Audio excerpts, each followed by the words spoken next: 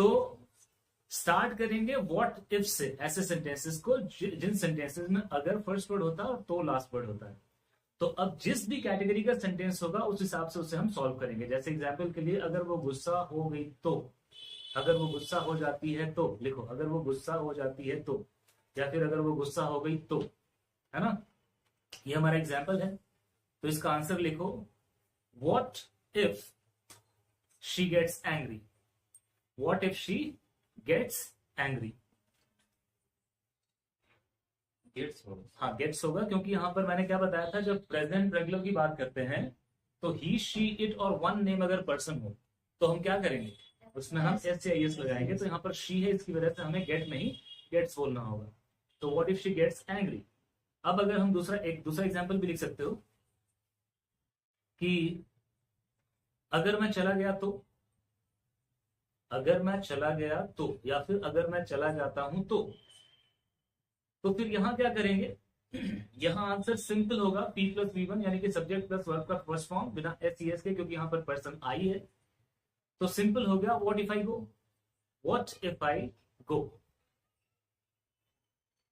अब अगर बोलते हैं कि अगर हम बात करने लगे तो, है ना, अगर हम बात करने लगे तो ये भी वहीं से बनेगा, है ना, सब्जेक्ट प्लस वर्ब का फर्स्ट फॉर्म। तो इसका आंसर क्या हो जाएगा, what if we start talking, what if we start talking. ठीक है, ये हुआ इसका आंसर। तो अब जिस भी कैटेगरी का सेंटेंस होगा उसी कैटेगरी का फॉर्मूला लेकर के हम इसे सॉल्व कर लेंगे। ठीक है, लेकिन मेन क्या है कि ऐसे सेंटेंसेस हमेशा व्हाट इफ से शुरू होंगे। कोई कंफ्यूजन? यस, कोई कंफ्यूजन? All clear? अच्छा, अब अगली कंफ्यूजन बोलो, किसकी क्या थी? हाँ बोलो, आपने क्या पूछा थी? अच्छा, आपने क्या पूछा था? वाला वाली, वाला वाली। ओके, इधर से आप लोग क्या कंफ्यूजन, क्या कंफ्यूजन?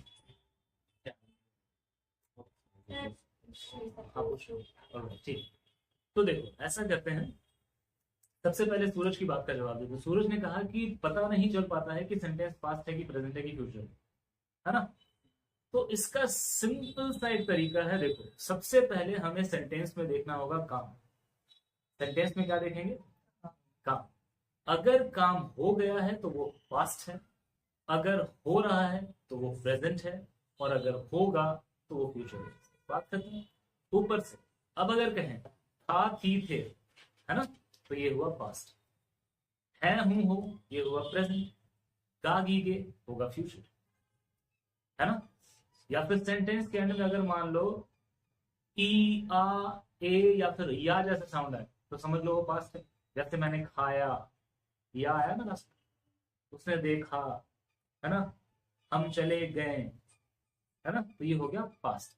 अब इसके साथ अगर था थी भी आ जाए तो भी पास्ट हुआ, क्यों, उसने खा लिया था, हम चले गए थे, तो था थी थे भी पास्ट हुआ। अब मैंने क्या बोला, है हूं हो प्रेजेंट होता, यानी कि मैं जा रहा हूं, ये प्रेजेंट है। वो देख रहा है, ये प्रेजेंट है ना। वे सोच रहे हैं, ये भी प्रेजेंट हुआ, क्योंकि है हूं हो प्रेजेंट। अब इसके अलावा और क्या क्या प्रेजेंट हो सकता है, ये सवाल है ना।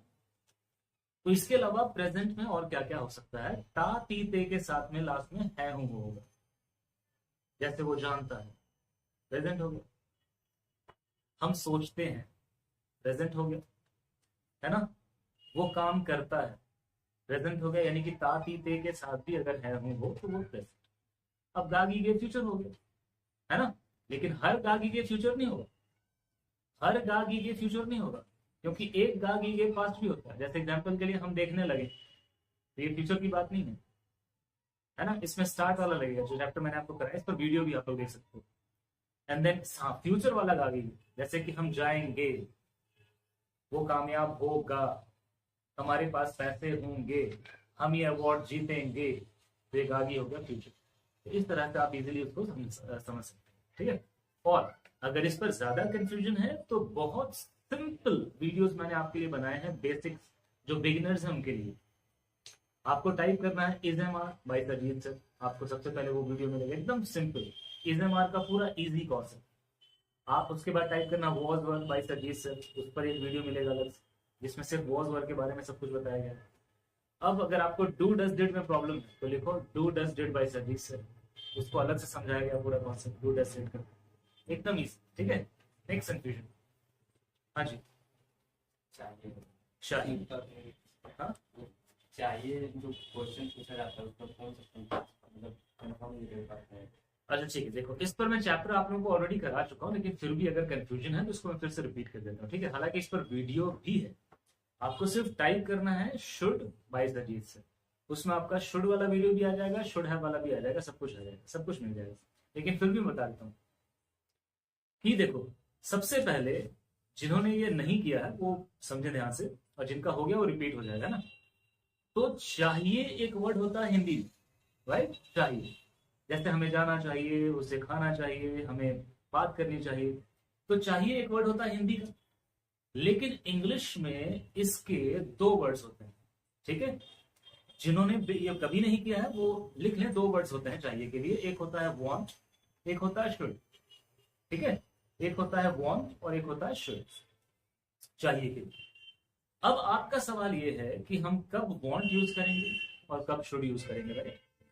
तो इसका देखो कोई ग्रामर का लफड़ा नहीं करना है, एकदम सिंपल लैंग्वेज में समझना है।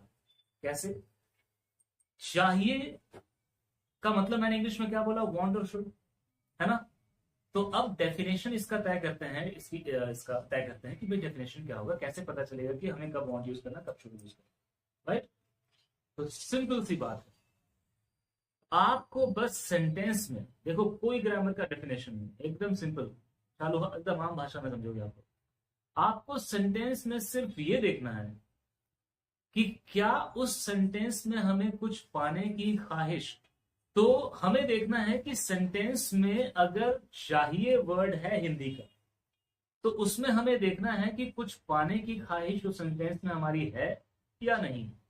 अगर कुछ पाने की ख्वाहिश है तो उस चाहिए के लिए हम यूज करेंगे वांट, और अगर कुछ पाने की ख्वाहिश नहीं है तो उस चाहिए के लिए हम यूज करेंगे शुड। यही है एकदम सिंपल इसकी ट्रिक जानने की। अब मैं कुछ एग्जांपल्स दिखाता हूं, आपको समझ में आ जाएगा, है ना। पहला एग्जांपल देखो, लिखो आप लोग, पहला एग्जांपल लिखो कि मुझे पैसे चाहिए, मुझे पैसे चाहिए। अब देखो कौन सा वर्ड हमने यूज किया सेंटेंस में, चाहिए। अब सोच करके देखो क्या इस सेंटेंस में आपको कुछ पाने की ख्वाहिश है? बिल्कुल है। तो अगर ख्वाहिश है तो हम कौन सा वर्ड यूज करेंगे, चाहिए। आंसर क्या निकला, आई वॉन्ट मनी। अब दूसरा सेंटेंस लिखो कि मुझे जाना चाहिए, है ना, मुझे जाना चाहिए। अब यहां भी तो हमने चाहिए यूज किया, लेकिन सोच करके देखो क्या इसमें कुछ पाने की ख्वाहिश है? नहीं है, यानी कि नो डिजायर। तो इस चाहिए के लिए क्या यूज करेंगे, शुड। तो आंसर क्या निकला, आई शुड गो, है ना, आई शुड गो। एकदम सिंपल लगा, कुछ किताबी नहीं। अब हम आगे देखेंगे कि शुड का और क्या किया जा सकता है, राइट। तो जैसे आपने वहां सेंटेंस 2 लिखा कि आई शुड गो, यानी कि मुझे जाना चाहिए, उसके नीचे एक और सेंटेंस लिखो, नहीं एक काम करो, उसके पहले देखो कि आई शुड गो का फॉर्मूला क्या। देखो आई शुड गो जहां आपने लिखा उसके नीचे देखो आई क्या है, आई है पर्सन, है ना। तो उसके नीचे लिखो पी प्लस क्या है, देखो शुड। तो देखो should P plus should plus, देखो कौन सा वर्ब का फॉर्म है, V1 है, तो लिखो प्लस V1, यानी कि देखो फॉर्मूला क्या निकला, P plus should plus V1, P plus should plus V1। इस सेंटेंस में P plus should plus V1 लगाएंगे जब किसी सेंटेंस में चाहिए वर्ड यूज होगा और उस सेंटेंस में कुछ पाने की ख्वाहिश नहीं होगी, एकदम सिंपल। अब उसके नीचे एक और एग्जाम्पल लिखो, जैसा आपने एग्जाम्पल 2 लिखा था उसी की तरह एग्जाम्पल लिखेंगे कि मुझे जाना चाहिए, मुझे जाना चाहिए, लिखो मुझे जाना चाहिए। आगे में सिर्फ एक वर्ड ऐड करना हमें था, मुझे जाना चाहिए था। तो अब देखो सेंटेंस 2 में क्या था, सिर्फ चाहिए। सेंटेंस 3 में क्या हो गया, चाहिए के साथ था आ गया। तो बस अब जैसे चाहिए के लिए विथ नो डिजायर हमने फॉर्मूला यूज किया था P plus should plus V1, वैसे ही चाहिए के साथ जब था थी थे आ जाए, याद रखना, फिर से रिपीट कर रहा हूं, चाहिए के साथ जब था थी थे आ जाए तो formula P plus should plus V1 नहीं, हमें फॉर्मूला चेंज करना होगा। और फॉर्मूला क्या करेंगे, 2 लाइन छोड़ करके नीचे लिखो क्या फॉर्मूला होगा। लिखो P plus should have plus V3, P plus should have plus V3। अब अगर इस फॉर्मूले पर हम उसको सेट करते हैं आंसर को, तो आंसर क्या निकलना चाहिए हमारा, I should have gone, right? I should have gone, लिख लो, ठीक है, क्लियर है, I should have gone। अब कुछ एग्जाम्पल देखते हैं, ठीक है। जैसे एक बार मैं आपको चाहिए के साथ बताऊंगा, एक बार चाहिए के साथ था थी वाला बताऊंगा, आपको मिलाना है दोनों फॉर्मूला, ठीक है, दोनों फॉर्मूला आपको मिलाने हैं। देखो, मुझे बात करनी चाहिए, आंसर क्या निकला, I should talk। अब देखो, मुझे बात करनी चाहिए थी, I should have talked, है ना, राइट। हमें मिलना चाहिए, क्या हुआ, we should meet, है ना। हमें मिलना चाहिए था, we should have met, है ना। अच्छा, मुझे देखना चाहिए, We should see. We should see. I should see, मुझे देखना चाहिए था, Should have seen. I should have seen, है ना। मुझे लिखना चाहिए, I should write, मुझे लिखना चाहिए था, I should have written, है ना। उसे आना चाहिए, he should come, उसे आना चाहिए था, We should have he should have come, क्योंकि कम होता V1, केम होता V2 और फिर से कम होता V3, ठीक है, कम केम कम। कोई कंफ्यूजन, एकदम इजी। चलो, शुड हैव वाली टॉपिक क्लियर। अब अगला सवाल क्या था आपका, कुछ लोग कंफ्यूज हो वो वाला वाली, है ना। चलो ठीक है, तो एक काम करो, एकदम टॉप में फॉर्मूला लिखो, एक फ्रेश पेज पर लिखो P plus is am are,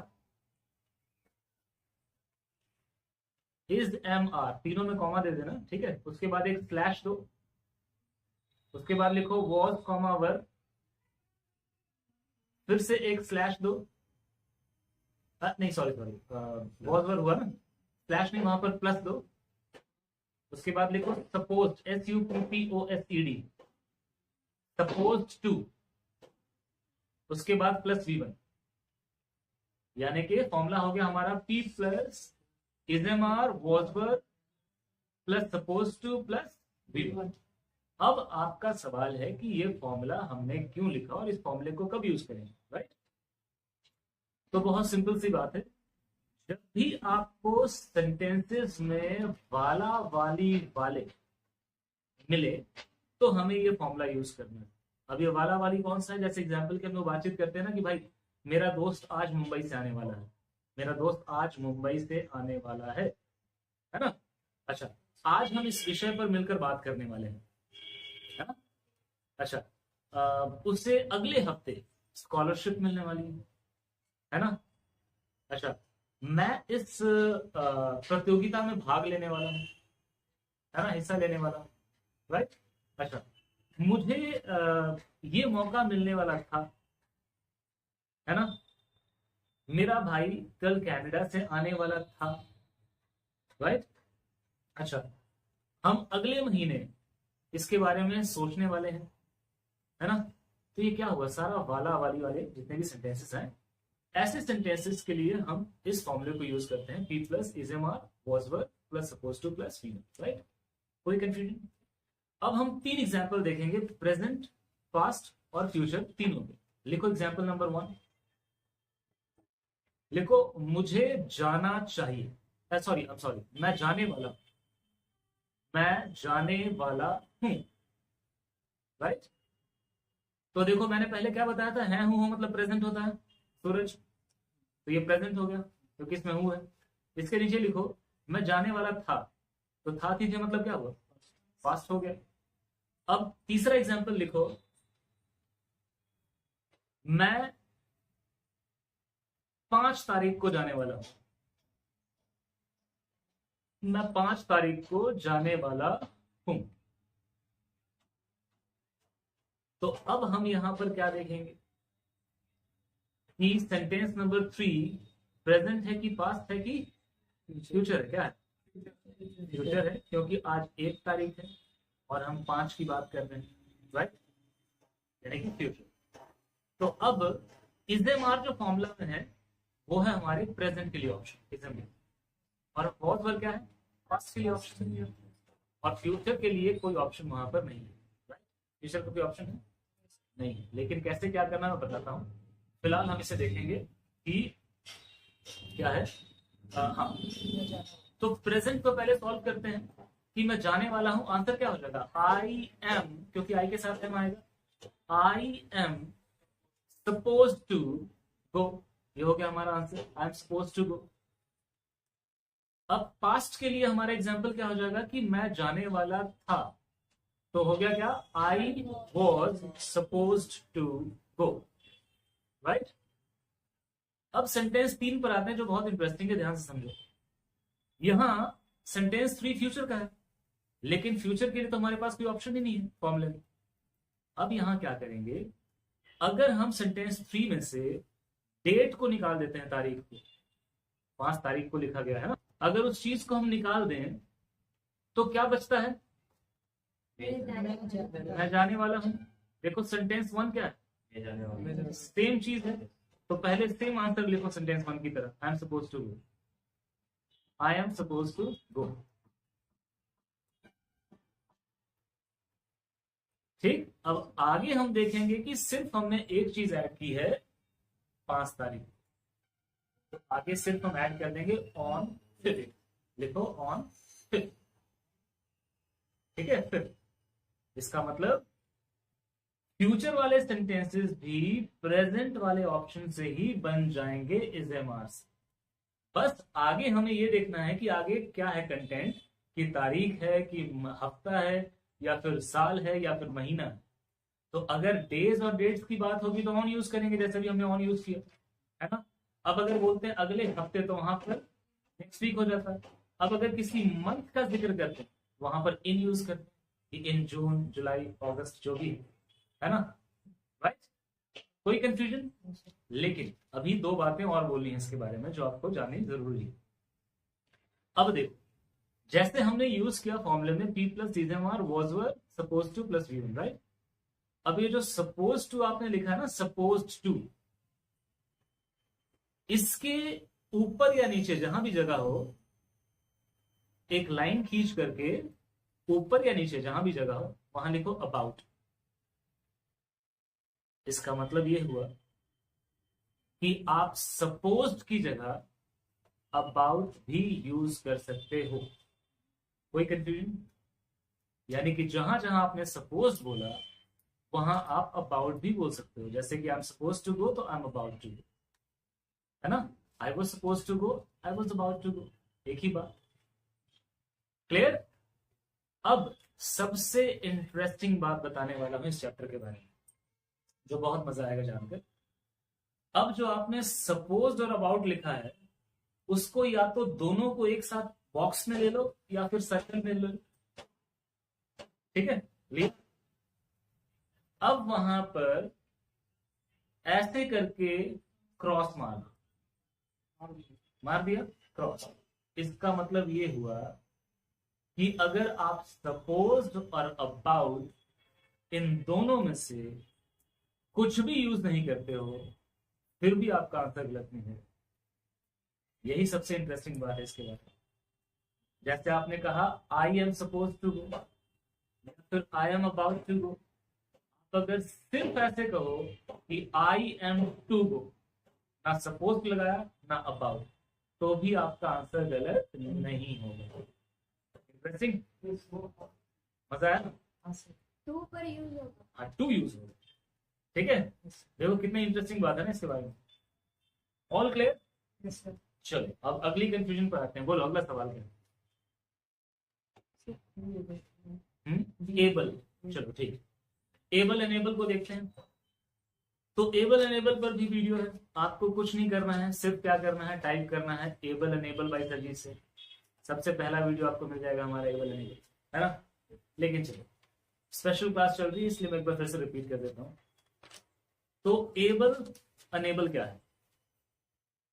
सबसे पहले एक काम करो, फ्रेश पेज निकालो, क्योंकि एक एक्सप्लेनेशन एक पेज में रखोगे तो आपको रिवाइज करने में घर पर फायदा होगा।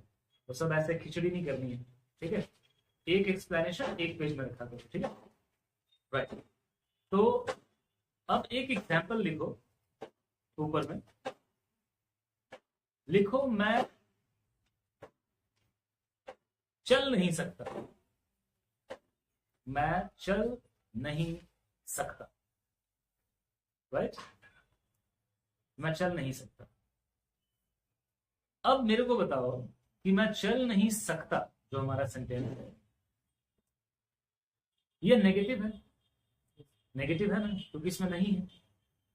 अब यहां चल नहीं सकता जो आपकी बेसिक्स मैंने जो कराई है उसमें क्या है? सकता सकती के लिए क्या था? कांट था। वेरी गुड, कांट था ना। तो क्या होगा? I can't walk. देखो आंसर, आई कांट वॉक, यानी मैं चल नहीं सकता, आई कांट वॉक। अब इसी के नीचे सेंटेंस लिखो, मैं चल नहीं पा रहा हूं, मैं चल नहीं पा रहा हूं। अब बताओ इन दोनों सेंटेंसेस में फर्क है या नहीं है? पहले सेंटेंस में तो साफ साफ आपको पता था कि भाई हमें कांट यूज करना है, आई कांट वॉक मतलब मैं चल नहीं सकता। लेकिन दूसरा सेंटेंस ऐसा है क्या? दूसरे सेंटेंस में कहा गया है कि मैं चल नहीं पा रहा हूं। अब आपको यहां समझना होगा कि यहां पा रहा हूं कहा गया है, इसका मतलब ये हुआ कि या तो आप शारीरिक या फिर मानसिक रूप से असक्षम है चलने को, है ना? असक्षम है, या तो फिजिकली या फिर मेंटली आप सक्षम नहीं है चलने, राइट? तो इसी तरह के सेंटेंसेस में जब पा के साथ में रहा रही रहे आ जाए, या फिर उसके बाद है हूं हो था थी थे हो जो भी हो, तो हम यूज करते हैं एबल एनेबल, ठीक है? एंड ज्यादा परेशान होने की जरूरत नहीं है। अगर आपको लगता है कि अरे यार चीजें हम भूल जाएंगे तो फिर ये वीडियो बन क्यों रहा है? इसको प्ले करो, फिर से वापस से देखो, सारी चीजें एक बार रिपीट हो जाए, ठीक है? राइट। तो मैं चल नहीं पा रहा हूं, तो अब आपको क्या करना है? 4 लाइंस छोड़ करके नीचे लिखो एबल और उसके नीचे अनेबल, ठीक है? Able unable. अब 2 लाइंस छोड़ करके नीचे लिखो, 2 लाइंस छोड़ करके नीचे लिखो, लिखो is am are, is am are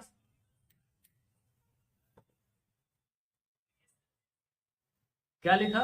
is am are, right? उसके नीचे वॉज वर और उसके नीचे विल बी। अब ये है क्या जो मैंने लिखा है, उसको देखते हैं।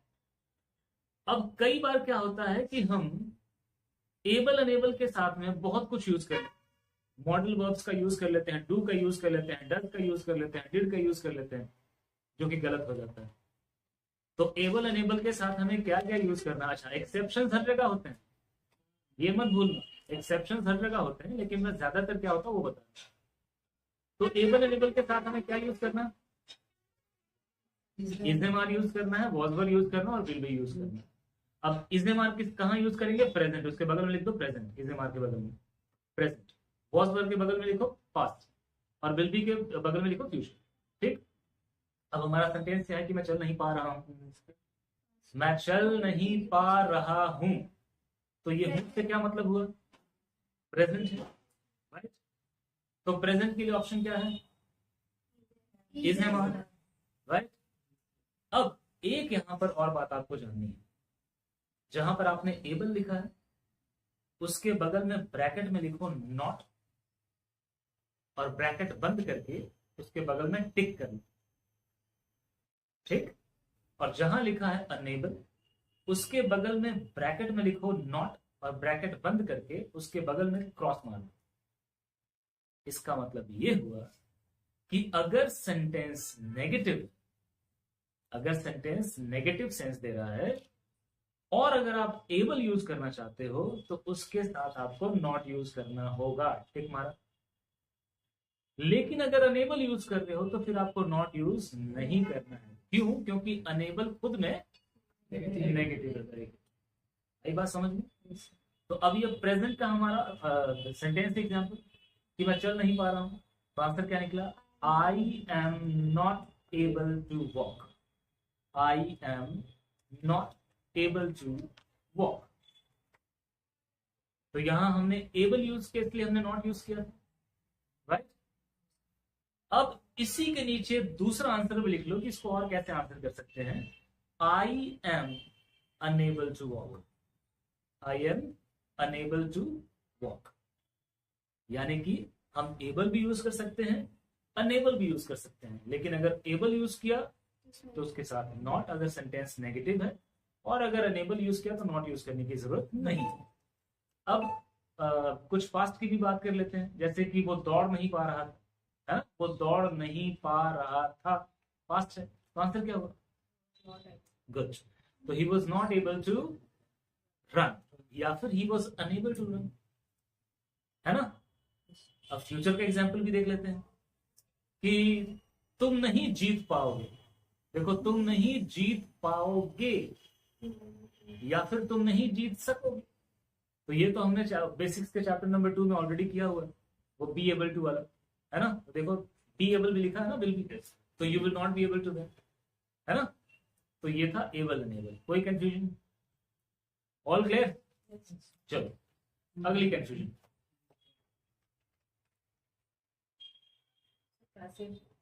पैसिव। ओके, पैसिव का भी वीडियो है हमारा, आपको सिर्फ टाइप करना है बिल्कुल पैसिव बाय सजीद सर। सबसे पहले आपको हमारा वीडियो मिलेगा।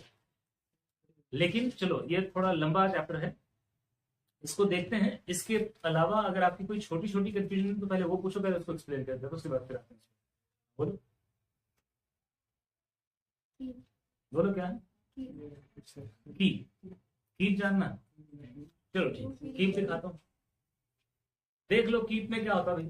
ठीक है, फिर से एक फ्रेश पेज निकालो, एक एक्सप्लेनेशन एक पेज में रखो।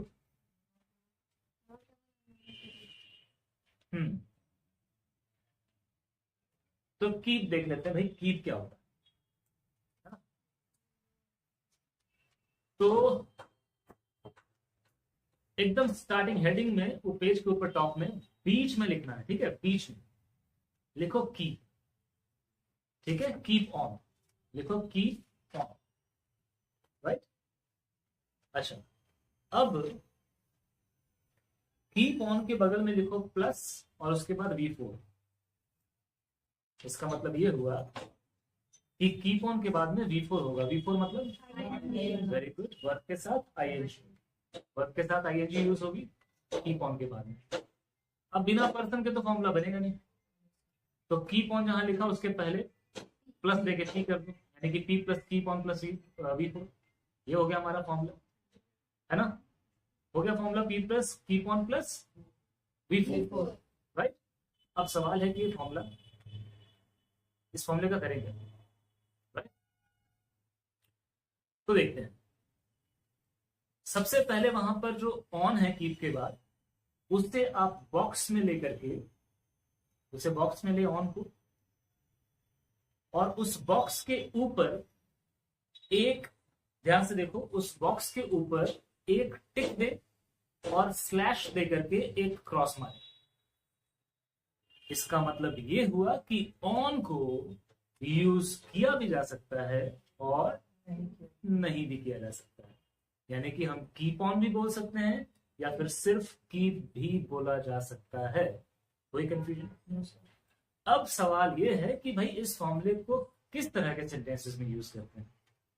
तो इसका आंसर है कि जिन सेंटेंसेस में कोई काम लगातार चलता रहता है, उस तरह के सेंटेंसेस में हम इस फॉर्मूले को यूज करते हैं। एग्जांपल देखते हैं कैसे।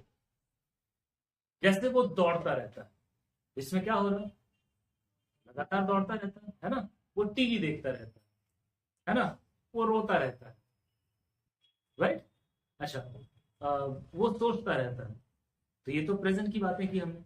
अब पास्ट में चले जाते हैं कि वो सोता रह गया, है ना, या फिर वो खाता रह गया, वो पछताता रह गया। अब फ्यूचर में चले जाते हैं कि तुम पछताते रहोगे, तुम सोचते रहोगे, तुम ढूंढते रहोगे, है ना। तो ये प्रेजेंट पास्ट फ्यूचर तीनों देखा हमने। अब हम प्रॉपर 3 एग्जांपल देखते हैं इसके प्रेजेंट पास्ट फ्यूचर के। लिखो एग्जांपल नंबर 1, मैं सोचता रहता हूं।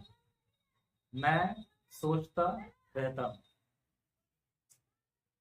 तो आंसर क्या हो जाएगा बोलो? आई कीप ऑन थिंकिंग, या फिर आई कीप थिंकिंग। ऑन को लिया भी जा सकता है, नहीं भी लिया जा सकता है। तो ये एग्जाम्पल था हमारा प्रेजेंट का। अब पास्ट का एग्जाम्पल देखते हैं, इसी को लिखना हमें। मैं सोचता रह गया, मैं सोचता रह गया, तो ये पास्ट है।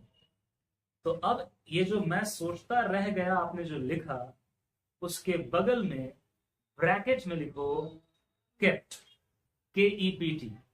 इसका मतलब ये हुआ कि जब सेंटेंस इस तरह का पास्ट में हो तो हमें कीप का वर्ब टू यूज करना है, केप्ट। ठीक, तो आंसर क्या निकला? आई केप्ट थिंकिंग, या फिर आई केप्ट ऑन थिंकिंग। कोई कंफ्यूजन? हाँ जी, ING आना ही आना है, क्योंकि फॉर्मूले में तो साफ साफ लिखा गया कि कीप ऑन के बाद ING आएगा, भले उसमें कीप हो, केप्ट हो, जो भी। अब फ्यूचर का एग्जांपल लिखो, फ्यूचर का, कि मैं सोचता रहूंगा, मैं सोचता रहूंगा। अब इसके ब्रैकेट में बगल में लिखो विल कीप, यानी कि फ्यूचर में जब इस तरह के सेंटेंस आएंगे तो कीप को विल के साथ, ठीक है। तो आंसर क्या निकला? आई विल कीप थिंकिंग, या I will keep on thinking. कोई कंफ्यूजन? अच्छा, यहां पर बात आपको और जाननी है। क्या जाननी है? जहां सेंटेंस 1 आपने लिखा कि मैं सोचता रहता हूं, उसके बगल में ब्रैकेट में एक बात लिखो जो बहुत इंपॉर्टेंट है। लिखो ही she it one name, he she it one name. ठीक है, अब ये लिखने के बाद एक स्लैश दो और कैपिटल लेटर्स में लिखो KEEPS। इसका मतलब ये हुआ कि प्रेजेंट वाले सेंटेंसेस में अगर पर्सन ही शी इट और वन नेम हुआ तो कीप नहीं कीप्स यूज होगा। ठीक है, इस बात का ख्याल रखना है प्रेजेंट में। ठीक, तो पॉइंट 1 क्या है? प्रेजेंट में अगर ही शी इट वन नेम हो तो कीप्स होगा, अगर पास्ट हो तो केप्ट होगा, और अगर फ्यूचर हो तो विल कीप होगा। कोई कंफ्यूजन? अच्छा, प्रेजेंट में जो ही शीट वन नेम है उसके कुछ एग्जांपल देख लेते हैं ताकि आपको और भी क्लियर हो जाए, है ना। जैसे वो दौड़ता रहता है, तो पर्सन कौन है? ही। तो क्या बोलेंगे? ही कीप्स रनिंग, है ना, ही कीप्स रनिंग।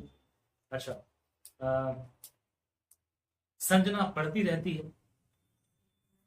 तो संजना कीप्स स्टडीइंग। ठीक है, रीड नहीं, रीड और स्टडी में फर्क होता है, यहाँ आप लोग अक्सर कंफ्यूज होते हैं। रीड मतलब होता है कुछ लिखा हुआ पढ़ना, और पढ़ाई करना मतलब स्टडी होता है। ठीक है, राइट, ठीक है, कोई कंफ्यूजन? अच्छा, अगला सवाल। Have been, has been, okay. इसके लिए आपको क्या करना है? बस नहीं तो एक और चीज टाइप कर सकते हो, since for by Sarjeet sir. तो उसमें जो सिंस और फॉर को मैंने एक्सप्लेन किया, उसमें आपको हैव बीन भी कवर हो जाएगा, हैड बीन भी कवर हो जाएगा, हैज बीन भी कवर हो जाएगा। ठीक है, तो सारा कुछ आपको डिटेल में पता चल जाएगा। अगली कंफ्यूजन बोलो, छोटी छोटी को कंफ्यूजन तो बोलो। अगर मैं चला गया तो जैसे मुझे जरूरत है, मतलब क्वेश्चन तो बना नहीं तुम्हारा। सेंटेंस बताओ कौन सा, क्या तुम्हें कुछ छुपाने की जरूरत है? क्या है इसमें? Do you need it पर कुछ लिखे रहो। हाँ, do you need- इसका सवाल है कि क्या तुम्हें कुछ छुपाने की जरूरत है? जरूरत है। सबसे पहले तो समझो ये सवाल है कि नहीं? सवाल है ना? तो अगर सवाल है तो इंटेरोगेटिव चैप्टर में जाएंगे ना, जो आपने किया हुआ। अब डिसाइड ये करना है कि ये सवाल है कहाँ का। पास्ट प्रेजेंट फ्यूचर कहाँ का लगता है? प्रेजेंट। प्रेजेंट नाउ या प्रेजेंट रेगुलर एक्टिविटी?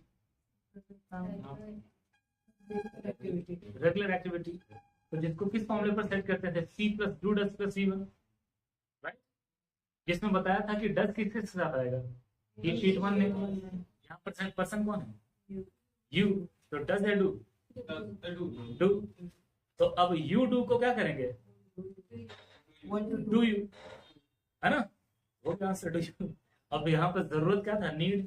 तो वर्ब का काम किया need. Do you need to have. समझे? हाँ बोलो, क्या बोले थे मुशर्रफ? सर अभी आप बोले कि अगर मैं चला गया तो व्हाट इफ आई गो, तो एक और क्वेश्चन था, अगर वो चला जाता तो वुड हैव, अगर वो चला जाता तो इसमें वुड हैव। बिल्कुल अच्छा सवाल है। देखो मुशर्रफ का सवाल है कि मैंने बोला अगर मैं चला जाऊं तो, या फिर अगर मैं चला गया तो यहाँ तो हम प्रेजेंट की बात कर रहे हैं ना। मान लो कि मैं किसी, मान लो सपोज आप में से किसी एक के साथ में बात कर रहा हूँ, मान लो मैं ज्योति के साथ बात कर रहा हूँ, तो मैं ज्योति को बोलता हूँ कि अगर मैं चला गया तो कैसे करोगे? मान लो जो उससे कुछ करना है और उसमें मेरी जरूरत है, तो बोलो कैसे करोगे? अगर मैं चला गया तो कैसे करोगे? तो अगर मैं बोलूँ कि अगर मैं चला गया तो कैसे करोगे? अगर मैं चला जाता हूँ या फिर अगर मैं चला जाऊँ तो, अगर मैं चला गया तो कैसे करोगे? तो प्रेजेंट है। इसलिए यहाँ पर हमने P प्लस V1 यानी सब्जेक्ट ऑफ वर्ब का फर्स्ट फॉर्म यूज किया कि इफ व्हाट इफ आई गो, है ना? लेकिन मुशर्रफ का सवाल ये नहीं, उसका सवाल ये है कि एक और सवाल आया था कि अगर वो चला जाता तो, अगर वो चला जाता तो। अब एक बात बताओ मेरे को सोचकर कि क्या ये सेंटेंस प्रेजेंट है? प्रेजेंट है। प्रेजेंट तब होगा जब होगा कि अगर वो चला जाता है तो, अगर वो चला जाता है तो, या फिर अगर वो चला गया तो, अगर वो चला गया तो। लेकिन सेंटेंस है अगर वो चला जाता तो अब थोड़ा सा सोच करके देखो हिंदी में, अगर वो चला जाता तो ऐसे भी तो हम सोच सकते हैं ना कि अगर वो चल गया होता तो, राइट? तो अगर वो चल गया होता तो। अब बोलो हम कौन से चैप्टर में पहुंचे? वुड हैव वाले चैप्टर। याद है मैंने आपको वो वुड हैव वाला चैप्टर बताया था? अगर मैं अक्षय कुमार होता, अगर मेरे जॉइंट अकाउंट्स होते, अगर उसने ये देखा होता, तो कहाँ चलेगा? यहाँ पर हमारा फॉर्मूला हो जाएगा subject plus would have plus V3। तो उस चैप्टर से निकालेंगे आंसर, इसलिए वहां पर वुड हैव यूज किया गया है ना। अब इस अगर चैप्टर को अच्छे से डिटेल में जानना है, क्या करना आपको मालूम? बस वुड हैव टाइप करके पूरा टोटल कॉन्सेप्ट आपको आ जाएगा। अरिजीत सर ने सर। हाँ जी। तो व्हाट नेक्स्ट? बोल अरिजीत सर हमें कुछ ट्रांसलेशन दे दीजिए, टिप्स ऑन सब थोड़ा। वो बाद में करते हैं ना, पहले कुछ कंफ्यूजन क्लियर कर लेते हैं, फिर वो तो बाद में करना ही है। अगली कंफ्यूजन। ये